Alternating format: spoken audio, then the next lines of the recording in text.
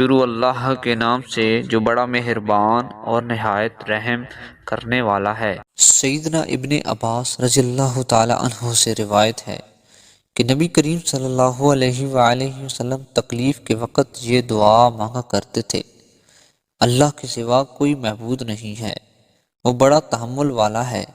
اللہ کے سوا کوئی معبود نہیں ہے، وہ عرش عظیم کا رب ہے۔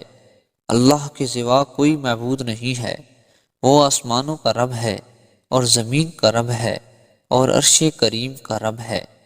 حضور صلی اللہ علیہ وآلہ وسلم نے فرمایا: جانتے ہو مفلس کون ہے؟ ہم نے کہا: مفلس وہ ہے جس کے پاس روپیہ اور مال نہ ہو۔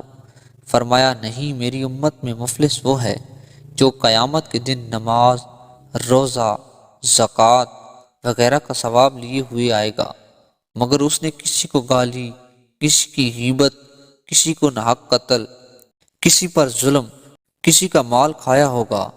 اس کی تمام نیکیاں ان لوگوں میں تقسیم کر دی جائیں گی اور دوسروں کے گناہ اس پر ڈال دیے جائیں گے۔